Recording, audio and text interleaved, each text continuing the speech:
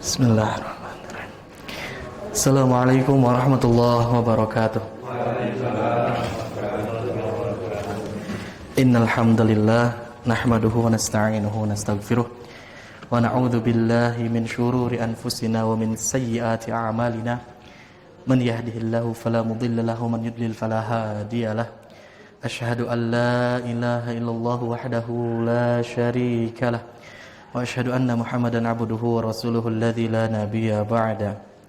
Allahumma salli wa sallim wa barik ala nabiyyina wa habibina Muhammadin wa ala alihi wa sahbihi wa sallim. Faqad qala Rasulullah sallallahu alaihi wasallam fi hadithihi as-sahihah, "Law kana li ibni Adam wadiyan min mal Lau kana libni Adam wadiyanin min mal aw min dhahabin labtagha wadiyan thalithan." Amma ba'du, para jamaah pengajian rutin Masjid Mutiara yang sama-sama harap ridha Allah Subhanahu wa taala.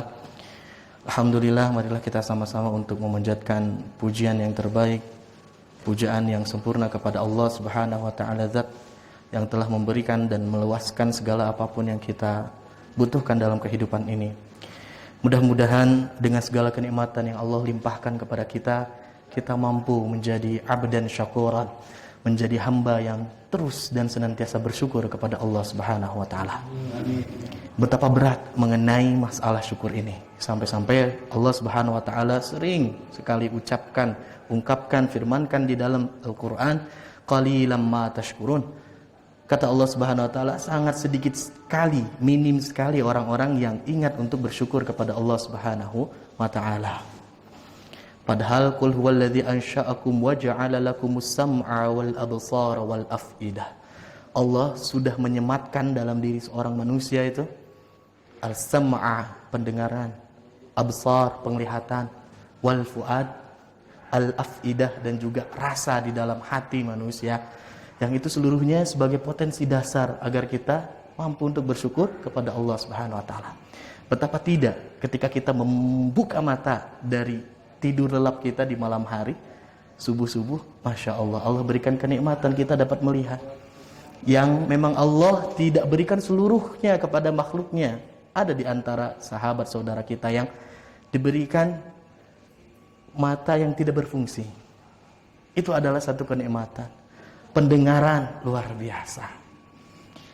Dan yang paling utama adalah hati untuk merasakan. Kadar itu, ambisi seorang manusia ini sudah menjadi satu hal yang memang selalu tertanam dalam diri seorang manusia. Itu manusia tidak pernah merasa puas, senantiasa ingin terus mencari dan tidak berhenti. Sebagaimana gambaran dari hadis Nabi SAW. Kata Nabi SAW, "Lau kana libni Adama wadiyanin." Kalaulah saja seorang Bani Adam itu, dia dianugerahi, diberikan oleh Allah Subhanahu wa taala wadiyan, dua lembah, dua gunung, min malin, yang terisi penuh dengan harta benda. Di dalam riwayat yang lain, min zahabin, bahkan dua lembah itu yang besar itu penuh tertumpuk oleh emas. Labtagha, manusia ini tidak akan berhenti, malah terus ingin mencari wadiyan thalithan, lembah yang ketiganya, gunung yang ketiganya, enggak berhenti. Dan kata Nabi SAW, wala yamla'u jawfa bani Adam, dan tidak ada sesuatu yang dapat menghentikan ambisi seorang manusia, yang dapat mampu menutup mulut seorang manusia, illa turab, melainkan tanah. Lamun tos katutup kakeumku tanah, ya, kakeum ku cai, ya sudah tersumpah oleh tanah, sudah baru selesai ambisinya. Terkadang seperti itu. Dan ini yang terjadi di kalangan kita, termasuk saya pun masih luar biasa. Namun jangan dinafikan juga bahwasanya kebutuhan dunia ini kita perlu untuk mencari ma'isyah, penghidupan kita di dunia. Tapi ingat, ambisi kita dalam mencari harta itu untuk apa? Untuk kemanfaatan umat, untuk urusan-urusan yang menjadi tanggung jawab kita, keluarga kita, agama kita. Mana mungkin zakat bisa ditunaikan apabila kaum muslimin dalam keadaan yang fakir. Betul Pak?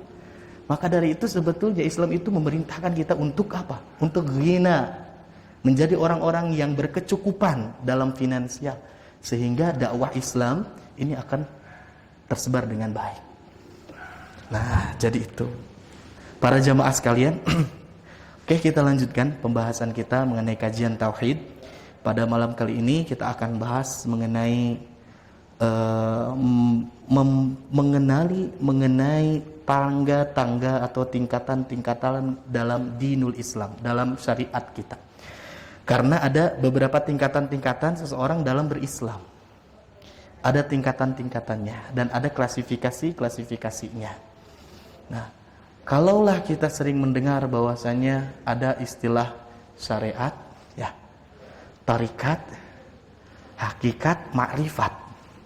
Nah, itu pun salah satu di kalangan sufi, para ulama tasawuf itu mengklasifikasikan tangga-tangga seseorang dalam memegang ajaran itu ada tahapannya seperti itu. Ada syariat, ditambahkan dengan tarikat, ditambahkan dengan hakikat dan juga makrifat. Ada yang menyebutkan hakikat, makrifat, hakikat. Pertama syariat, makrifat dan hakikat. Ada yang seperti itu. Namun berdasarkan dalil yang lebih sharih seperti yang saya sebutkan sebelumnya, dan ini salah satu landasan dari Nabi Sallallahu Alaihi Wasallam, bahwasanya tingkatan-tingkatan inti dalam syariat Islam, dalam ad-din itu adalah muslim, mukmin dan muhsin. Itu yang langsung digambarkan oleh Rasul Sallallahu Alaihi Wasallam. Adapun yang tadi itu adalah penghayatan dan perenungan dari para ulama kalangan sufi. Para jamaah sekalian, sebelum kita masuk kepada pembahasan mengenai muslim, mukmin dan muhsin, alangkah baiknya kita coba untuk memahami terlebih dahulu arti dari din. Kita sering mendengar kata ad-din. Ad-din. Nah, ternyata ad-din kelihatan nggak? Kurang ya? Terlalu tajam. Masih baru ini. Masih baru, Pak? Iya. Kalau ini udah ad-din. Ad-din itu berasal dari dana yadinu. Berasal dari kata dana yadinu ad-dinu atau dinun. Berasal dari kata dana yang memiliki makna arti dasar adalah jalan hidup. Maknanya banyak yang dipersamakan. Juga para ulama kita menyebutkan diartikan tatanan. Hatur nuhun. Mengenai ketentuan-ketentuan hukum-hukum. Dan yang paling populer arti dari ad-din yang paling banyak itu menyebutkan dengan agama. Maka ketika kita mendengar kata ad-din, bisa diartikan tatanan, jalan hidup, ataupun hukum-hukum, peraturan-peraturan.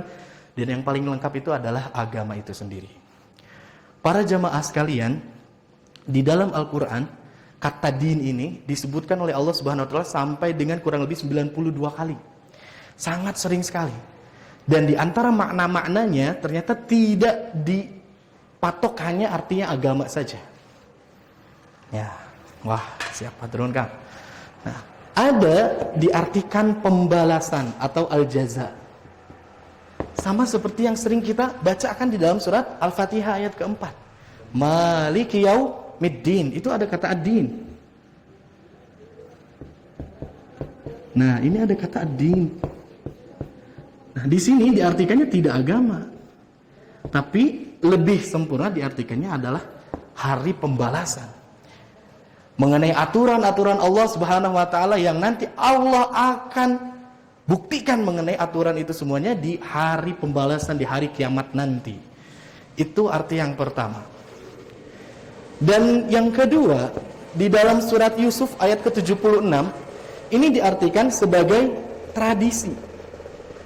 Atau bisa lebih kita maknai dengan undang-undang.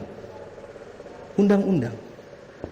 Di ayat ke-76 ini mengisahkan dan mengabarkan mengenai kisahnya Nabi Yusuf yang pada saat itu saudaranya Bunyamin datang ke kerajaannya. Dan Bunyamin ini belum mengetahui bahwasanya seorang wazir itu, seorang petinggi di Mesir itu adalah kakaknya Nabi Yusuf alaihissalam. Ini di dalam surat Yusuf ayat ke-76. Coba dicek. Nah, di sini ada kata-kata ad-dinul mulk. Nah, ini kisahnya jamaah sekalian, ketika Bunyamin datang, Allah Subhanahu wa taala sudah memberitahukan dan sudah memperkenalkan terhadap Nabi Yusuf bahwasanya itu adalah adiknya Bunyamin. Maka dari itu dibuatlah satu skenario sehingga Bunyamin itu dimasukkan piala, ya, dimasukkan benda yang berharga berupa piala itu masuk ke dalam saku ataupun perbekalannya sehingga dia pulang dan dianggap dia sebagai pencuri. Kenapa bisa seperti itu? Itu sudah skenario. Nah, pada saat itu di sini disampaikan oleh Allah Subhanahu wa taala bahwasanya tidak berhak Nabi Yusuf untuk melakukan satu undang-undang atau tradisi yang ditetapkan oleh Al-Mulk. Al-Mulk itu raja. Rajanya di Mesir dulu. Apa bentuk undang-undang ataupun tradisi yang dimaksud dalam ayat tersebut? Pertama, bagi orang yang mencuri, untuk Bunyamin, ya, ini kalau orang-orang yang mencuri itu pertama akan dijadikan budak. Ini dalam tafsiran kitab Al-Jalalain. Nah, kalau orang ketahuan mencuri pada zaman Nabi Yusuf itu harus pertama balasnya jadikan budak. Kedua, dipukuli rame-rame. Dan yang ketiga, disuruh untuk membayar denda 2 kali lipat dari harga yang dia curi.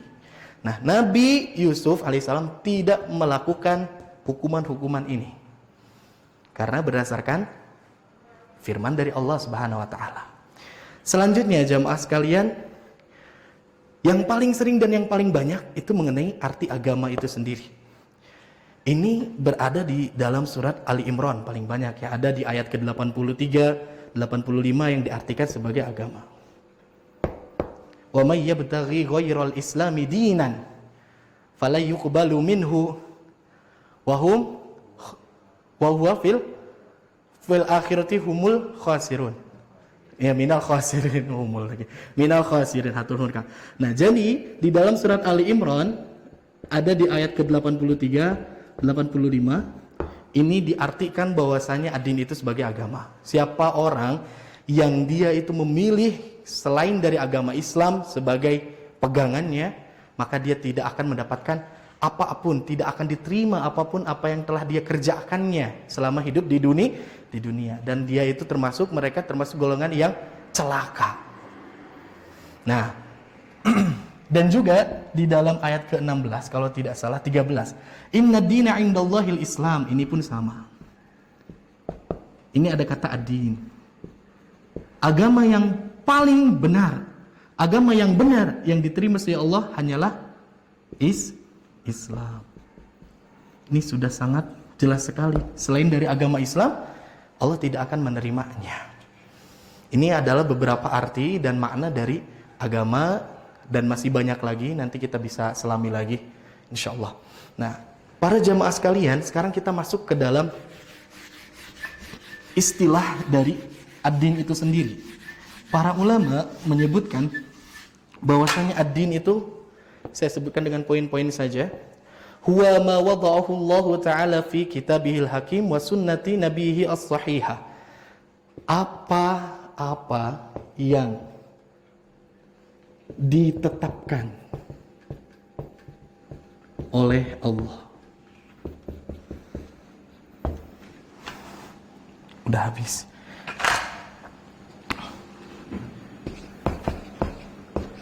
Apa-apa yang ditetapkan oleh Allah dalam Al-Quran. Ini poin pertama. Dan juga apa-apa yang ditetapkan oleh Nabi Sallallahu Alaihi Wasallam di dalam sunnahnya yang sahih.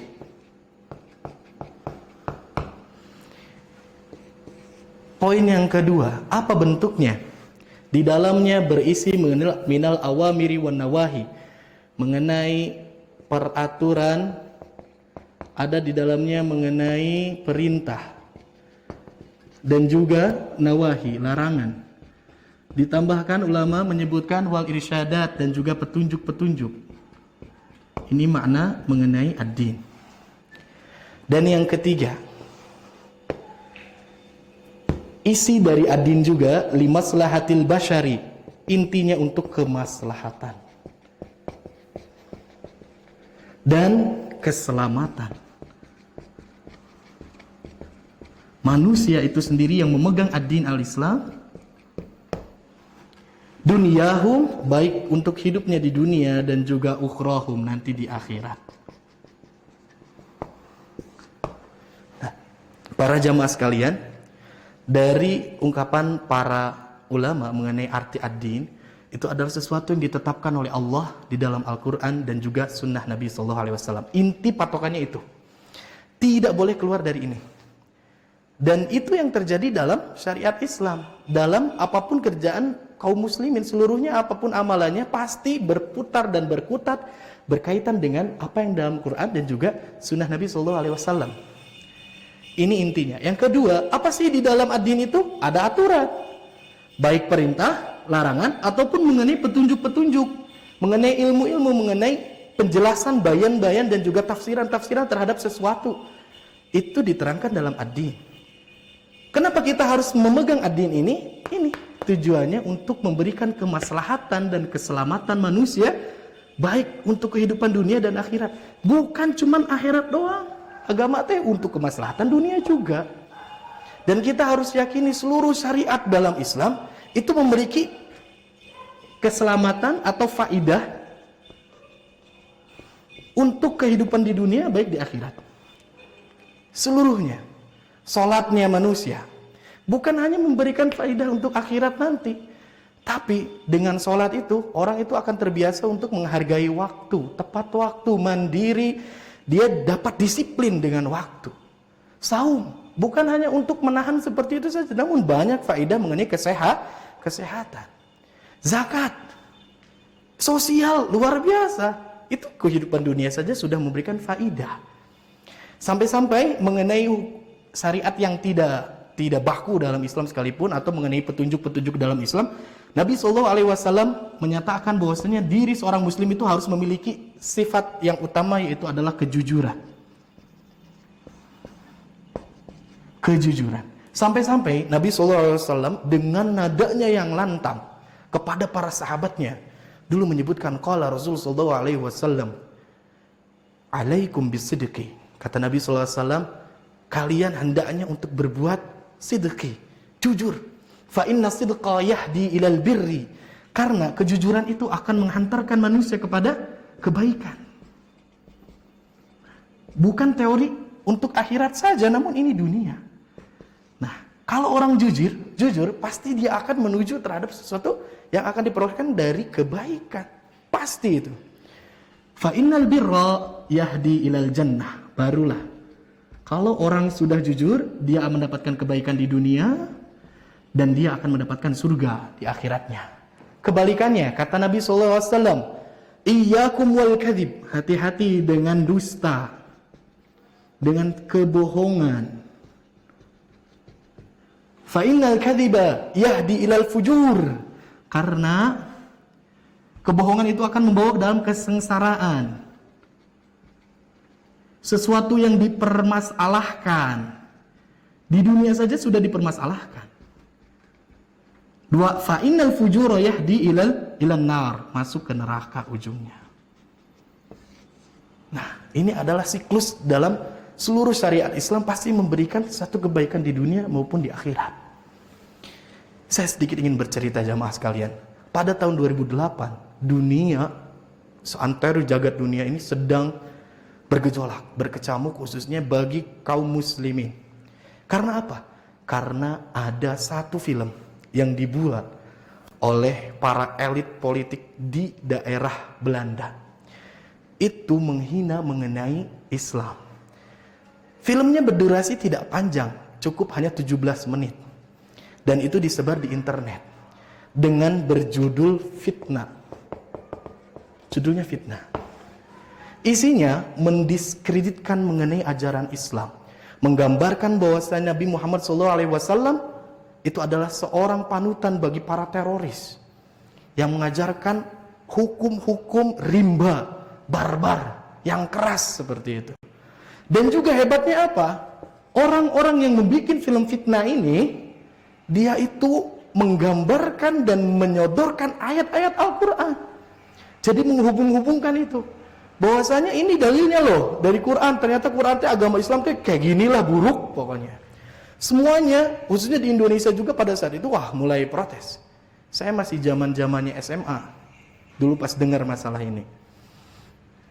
SMP masuk ke SMA, iya betul. Nah ini luar biasa film fitnah.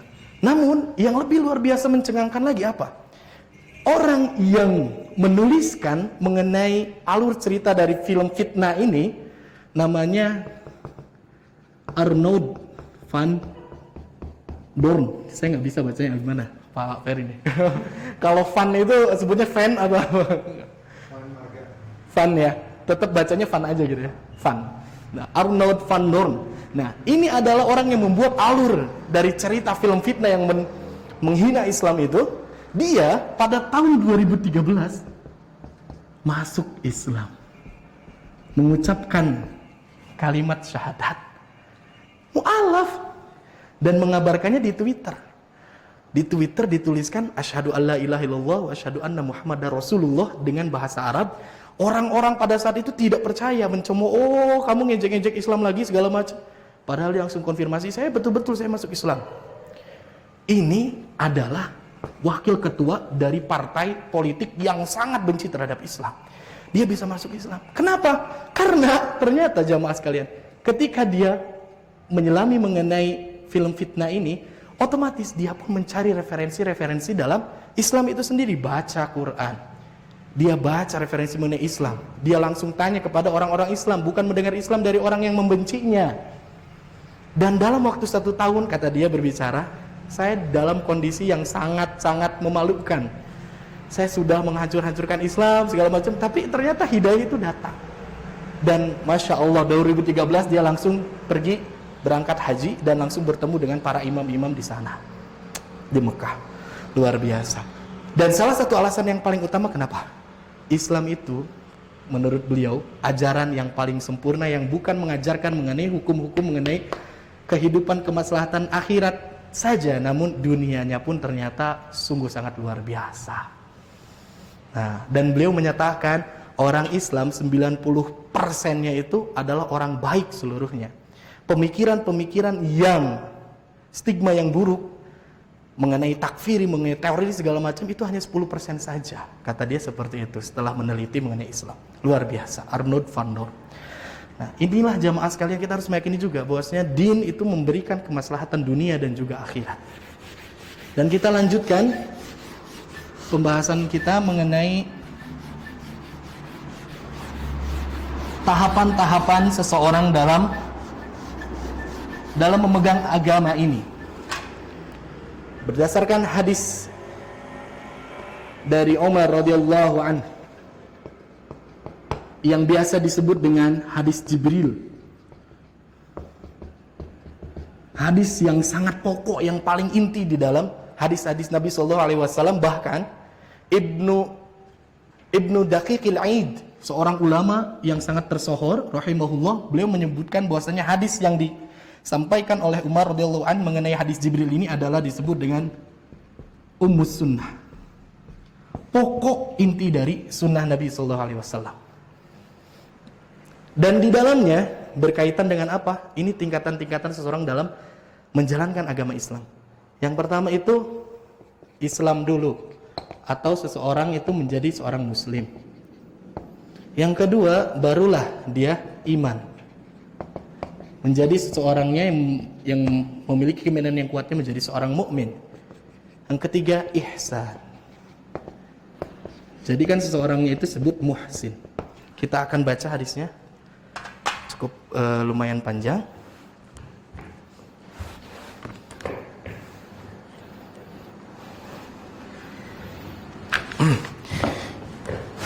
Wa an Umar radhiyallahu anhu qala Hadis ini diterima oleh sahabat Umar radhiyallahu an. Bainama nahnu julusun 'inda Rasulillah sallallahu alaihi wasallam. Pada saat itu ketika kami sedang duduk-duduk bersama Rasul sallallahu alaihi wasallam, dzata yaumin idz tala'a 'alaina rajulun. Pada satu hari tiba-tiba datang seorang laki-laki kepada kami. Syadidu bayadhi thiyab, yang memiliki pakaian itu sangat bersih, putih sekali. Luar biasa putihnya. Syadidu sawadi sya'r, dan juga memiliki rambut yang terurai hitam bersih sekali. La yura alaihi atharus safari, dan kami tidak melihat tanda-tanda dan ciri-ciri bahwasanya seseorang itu sudah melakukan perjalanan yang panjang. Sehingga sanes atas melakukan safar lah kayak gitu. Wala ya'rifuhu minna ahadun, dan kami pun sahabat-sahabat Nabi tidak ada seorang pun yang mengenali terhadap laki-laki yang datang tersebut.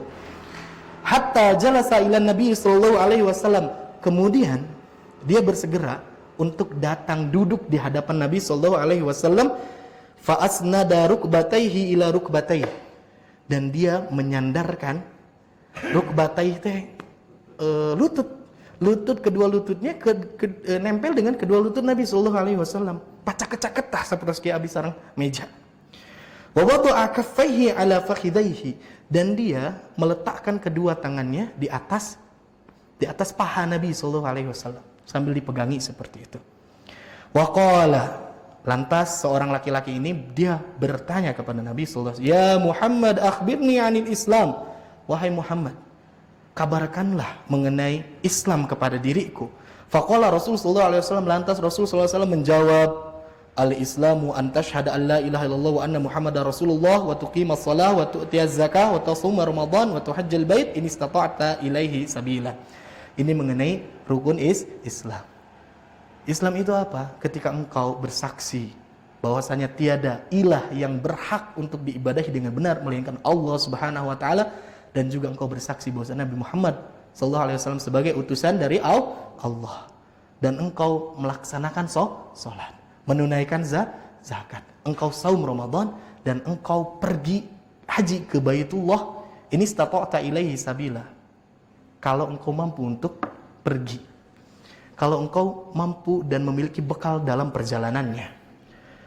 Qala, seorang laki-laki tadi yang bertanya menjawab, "Sodakta, engkau benar." Terus setelah itu fa'ajibna lahu yas'aluhu wa yusaddiquhu. Kami para sahabat, kata Umar radhiyallahu an, kami itu takjub. Dia yang bertanya, dia sendiri yang membenarkan dari jawaban itu gitu ya. Ngetes, jadi bukan benar-benar bertanya gitu. Ta'ajabna para sahabat. Yang kedua jamaah sekalian, seorang yang tadi fa'akhbirni, berkatanya kepada Rasulullah SAW, fa'akhbirni anil iman, kabarkan kepada diriku mengenai iman. Dijawablah oleh Nabi SAW, rukun iman yang enam. Engkau beriman kepada Allah, engkau beriman kepada malaikat Allah, kepada kitab-kitab Allah, kepada rasul-rasul Allah, engkau beriman kepada hari akhir, engkau beriman kepada qada dan qadar Allah yang baik dan buruknya. Nah, setelah itu ditanyakan lagi, fa akhbirni anil ihsan, kabarkan kepadaku mengenai ihsan itu apa. Nah, kata Nabi sallallahu alaihi wasallam, al ihsan anta abudallah, kamu beribadah kepada Allah Subhanahu wa taala ka'annaka tarah, seakan-akan engkau melihat langsung Allah Subhanahu wa taala. Fa in lam takun tarah, kalau misalkan memang engkau tidak mampu untuk melihat Allah, ka'annaka yarahu fa innaka yarahu, fa innahu yaraka, sesungguhnya Allah Subhanahu wa taala dia melihat engkau. Kata Nabi sallallahu alaihi wasallam seperti itu. Itu dari arti dari ihsan. Tidak berhenti sampai situ jamaah sekalian. Dan terakhir pertanyaannya adalah fa akhbirni anis saah, jelaskan kepadaku mengenai kiamat kapan datangnya. Kata Nabi sallallahu alaihi wasallam menjawab dengan sesuatu yang luar biasa, mal mas'ulu anha bi'a'lama minas sa'il. Kata Nabi, orang yang ditanya tidak lebih tahu dibandingkan orang yang bertanya. Ini menjawab inti nama duka kirang terang lah, tidak tahu, tapi dengan jawaban seperti itu. Orang yang ditanya tidak lebih tahu dibandingkan orang yang bertanya gitu. Nah, kata Seorang laki-laki ini melanjutkan terakhir fa akhbirni an amaratiha, karena tidak dijelaskan mengenai kapan datangnya waktunya, sok tanda-tandanya seperti apa. Nah, ini juga pelajaran penting untuk kita semua. Pertama, kata Nabi sallallahu alaihi wasallam, tanda-tanda datangnya kiamat itu antalidal amatu rabbataha. Ketika seorang hamba budak perempuan melahirkan tuannya. Dan yang kedua, antarul hufatal aratal alata ri'a asya'i yatatawaluna fil bunyan. Dan ketika engkau lihat ada orang yang bertelanjang kaki, bertelanjang dada, miskin sekali, dan mereka menjadi seorang penggembala domba, dan mereka yatatawaluna fil bunyan, saling berlomba meninggi-ninggikan bangunan-bangunan rumah-rumah mereka. Itu jawaban dari Nabi sallallahu alaihi wasallam. Dan terakhir, apa yang disebutkan oleh Umar radhiyallahu an, tsumman talaqa, setelah itu seorang laki-laki tadi pergi dari hadapan Nabi sallallahu alaihi wasallam, falabithtu maliyan, dan pada saat itu semuanya jadi sunyi, tak inu nyarius sama sekali. Nah, dan terakhir Nabi sallallahu alaihi wasallam bertanya kepada Umar, "Ya Umar, atadri manisail?" Wahai Umar, apakah engkau tahu tadi siapa sih yang nanya teh? Qultu Allah wa rasuluhu alam. Aku tidak tahu, Allah dan Rasulnya lebih mengetahui. Fa innahu Jibril, sesungguhnya itu adalah Jibril. Atakum yu'allimukum dinakum, datang kepada kalian ini dengan maksud untuk mengajarkan agama-agama kalian. Nah, ini adalah hadis yang sangat populer dan menjadi inti dari hadis-hadis Nabi sallallahu alaihi wasallam dari secara keseluruhannya. Jadi kita dapat mengambil faidah. Yang pertama, Jibril itu bertanya mengenai Islam. Maka tahapan yang pertama dalam seorang memegang agama ini adalah keislamannya. Ini berkaitan dengan amalan-amalan lahiriah, jamaah sekalian. Amalan-amalan zahir yang nampak semuanya. Dari syahadat, sholat, semuanya nampak.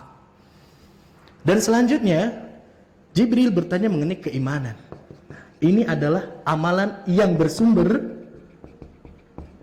saya tambahkan sumber, dari qalb, dari hati, dari batin. Ini amalan-amalan batin pada dasarnya gitu. Namun para ulama juga menyebutkan bahwasanya iman juga bukan hanya sebatas dari hati saja, keimanan itu. Tapi ini berdasarkan hadis Nabi sallallahu alaihi wasallam menyebutkan bahwasanya iman itu memiliki 70 cabang yang sangat banyak.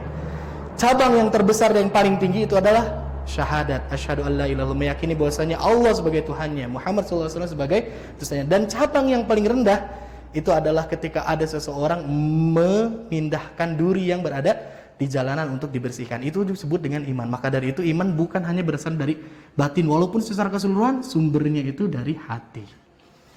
Amalan-amalan batin. Nah, adapun ihsan, ini adalah kesempurnaan dari amalan lahiriah dan juga batiniah.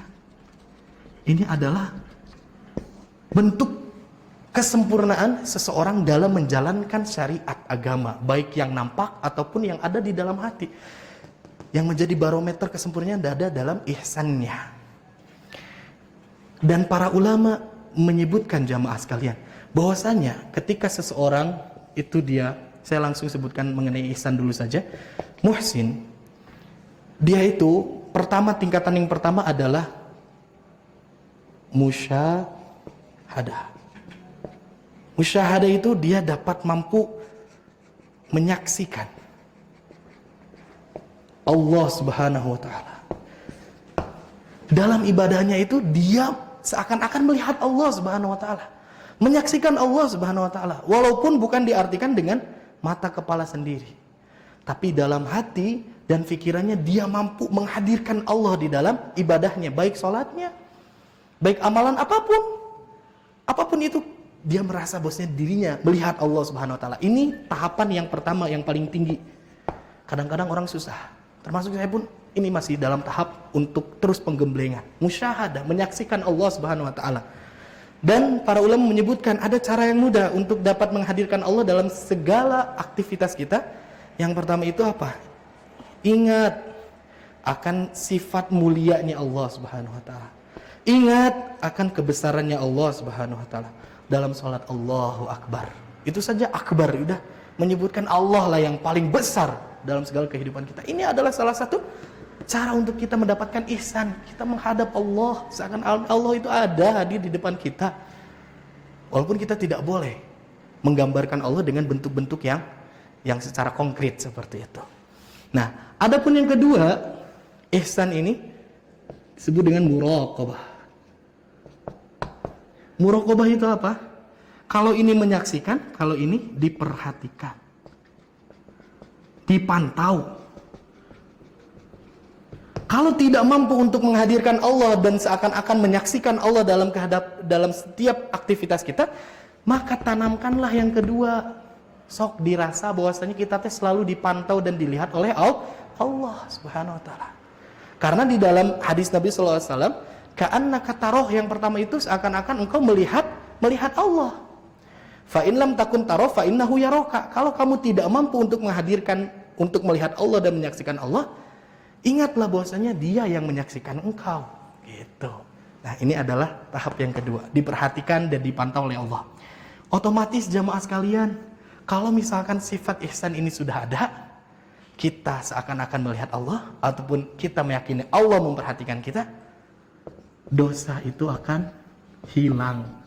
Tidak akan orang mampu dan berani untuk melakukan satu kesalahan, melanggar aturan Allah, kalau dia yakin mengenai kedua hal ini.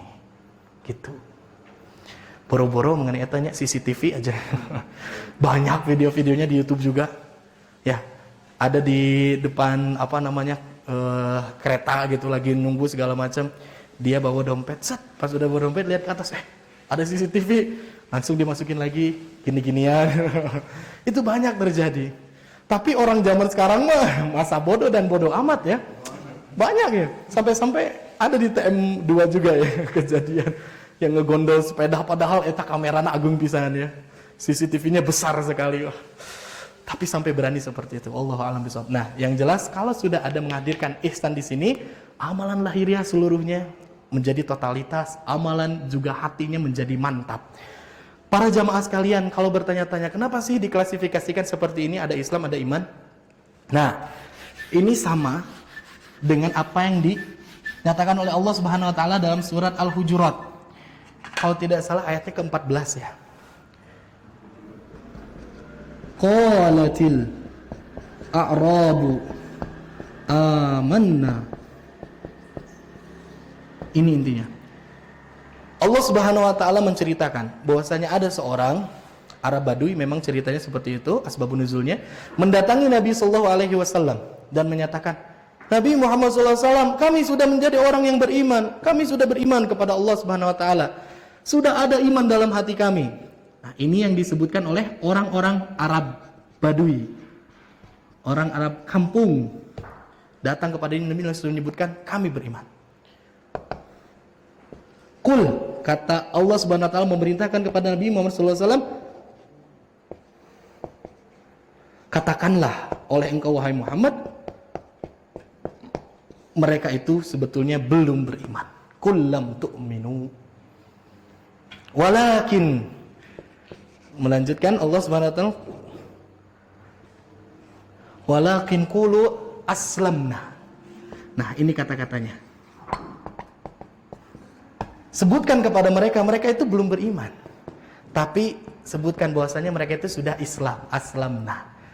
Tong nyebut beriman, Islam, kata Allah Subhanahu wa taala memerintahkan kepada Nabi Muhammad sallallahu alaihi wasallam. Di sini para ulama memberikan tafsirannya, kenapa bisa sampai ada ayat ini? Salah satu faidah dari makna ayatnya yang dimaksudkan di sini amanna. Kenapa orang-orang tidak disebut sebagai orang yang beriman? Karena tidak sempurna imannya itu. Kenapa tidak sempurna? Dia hanya baru mengucapkan syahadat saja. Baru sebatas pengakuan saja, syahadat saja, dan juga baru melaksanakan sebagian dari syariat Islam. Belum sempurna, amalan-amalan baru dikerjakan, sholatnya saja baru ini, tapi hakikat keimanannya kepada Allah dan juga Rasulnya belum sempurna. Maka dari itu tidaklah disebut sebagai orang yang beriman, tapi cukup aslamna. Walamma yadkhulul imanu fi qulubihim. Dilanjutkan oleh Rasulullah SAW, Kenapa Allah Subhanahu wa taala, kenapa mereka tidak disebut sebagai orang yang beriman? Karena belum tertanam keimanan yang kuat di dalam hati mereka. Itulah alasan mengapa Islam itu didahulukan sebagai tahapan yang pertama. Nah, kalau kita gimana? Kita mah harus udah dipakai seluruhnya. Karena apa jamaah sekalian? Iman seseorang tidak sempurna apabila tidak dibarengi dengan keislamannya. Hati terus, batin terus. Salat hente, saum hente, tidak bisa diterima. Kebalikannya, ada orang yang menjalankan seluruh syariat tapi keimanannya tidak benar. Bisa jadi dia terposok ke dalam bahaya syirik. Jadi teka tampi sami. Nah, untuk menguatkan iman dan Islam ini dikuatkanlah dengan ihsannya. Insya Allah semuanya akan menjadi sinkron gitu. Ini barangkali mengenai tahapan-tahapan seseorang dalam berpijak ke dalam agama Islam. Sampai sini mau ada yang ditanyakan atau ditambahkan? Hah?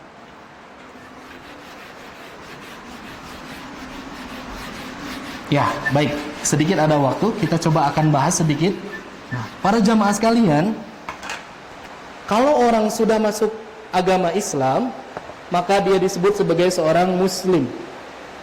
Arti dari muslim itu sendiri, para ulama menyebutkan al-istislam. Al-istislam.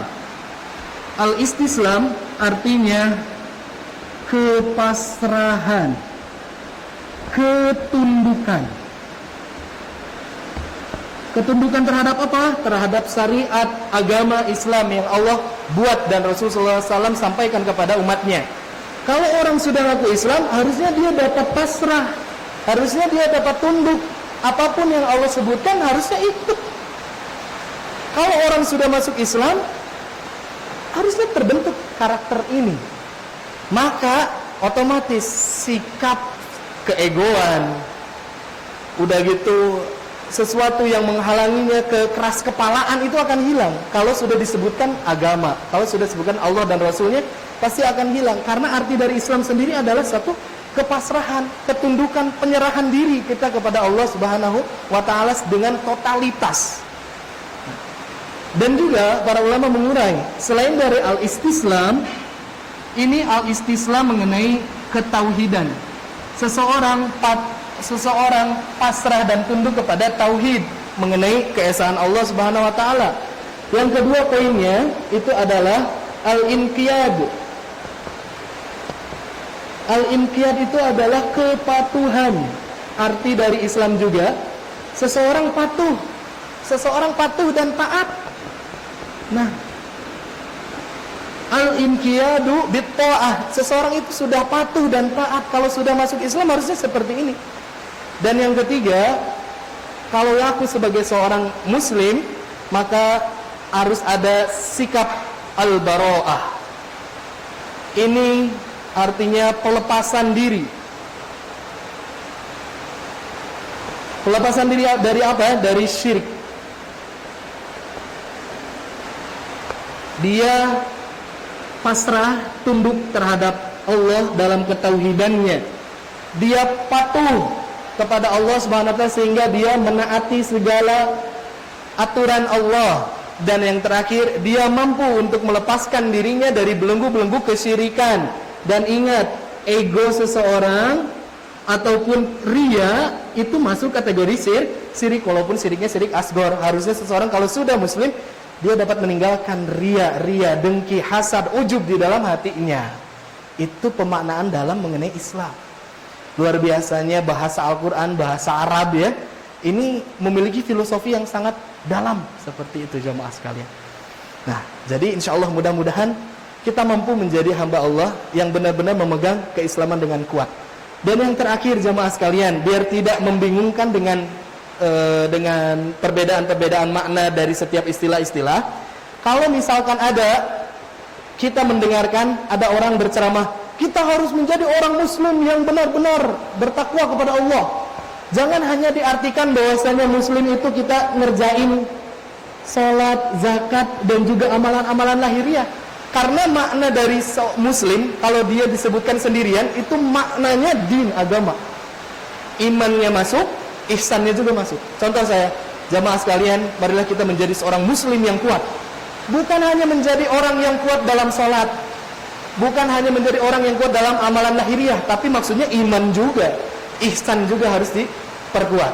Itu maksudnya. Jadi jangan sampai bingung dengan klasifikasi perbedaan istilah. Atau sebaliknya, jadilah orang mukmin yang benar-benar kuat imannya kepada Allah. Maksudnya bukan jadi mukmin doang, tapi maksudnya jadi muslim juga. Itu yang harus kita pahami. Itu kaidah dari para ulama. Kaidahnya seperti apa? Kalau misalkan disebutkan salah satu istilah, maka maksudnya seluruhnya masuk. Tapi kalau disebutkan ketiga-tiga istilahnya, misalkan saya sebut, jadilah orang muslim yang baik, jadilah orang mukmin yang baik, berarti itu harus dipahami dengan arti muslim lahiriah, mukmin batiniah.